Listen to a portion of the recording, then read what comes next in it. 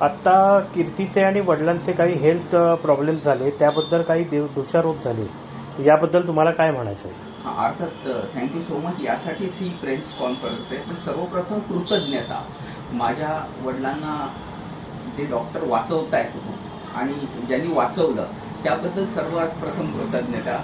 जे नातेवाईक त्यांनी शुभेच्छा दिल्या, प्रत्यक्ष येऊन भेटून गेले, त्याबद्दल कृतज्ञता. म्हणून कृतज्ञतेने मी प्रेस कॉन्फरन्सला सुरुवात करतो. पण कृतज्ञता ही सर्वात पहिले महत्त्वाची. हां, याच्यानंतर काही घटना घडल्या की माझ्या मिसेसचं ब्लड प्रेशर वाढलं, वडिलांचं हेल्थ प्रॉब्लेम्स अजून सुरूच आहेत. आता त्यांचे थोडेसे किडनीचे प्रॉब्लेम सुरू आहेत.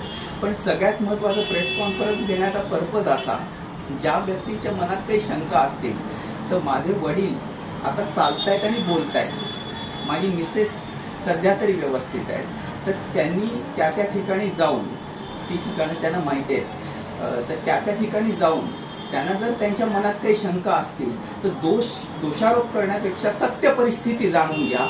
आणि बरेचदा कसं होतं, सत्य परिस्थिती वेग सांगितली जाते, व्यक्ती खूप वेग बोलतात, तर त्या बोलण्यामध्ये कारण दोन टप्पे असतात, एक बोलणं आणि एक विचार करणं. तर विचार करणं आणि बोलणं यामध्ये मधला टप्पा जो आहे तो टप्पा अतिशय महत्त्वाचा आहे. आणि तो टप्पा जर त्यांना आवश्यक वाटत असेल की सत्य परिस्थिती काय कोणाची असेल, तो दोषारोप कोणावरही असेल, तर ती सत्य परिस्थिती जाणून घेण्यासाठी ते अजून सुद्धा वडिलांना, कीर्तीला भेटू शकतात. कारण वडील चालतायत आणि बोलतायत दोन्ही. तसंच माझी मिसेस सुद्धा चालते आणि बोलते. धन्यवाद.